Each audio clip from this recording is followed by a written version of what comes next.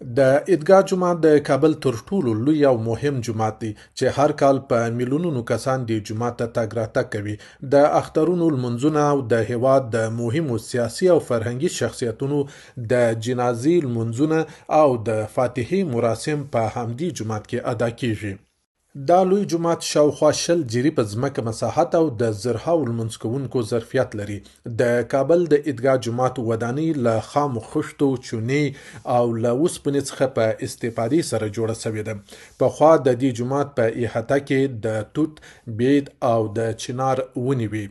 د دې جومات ودانۍ شاوخوا 80 وړې ګنبدې، یوه غټه ګنبده، یو لوی او دوه واړه محرابونه، 11 واړه او غټ منارونه او یو لړ رواکونه او کمانونه لري.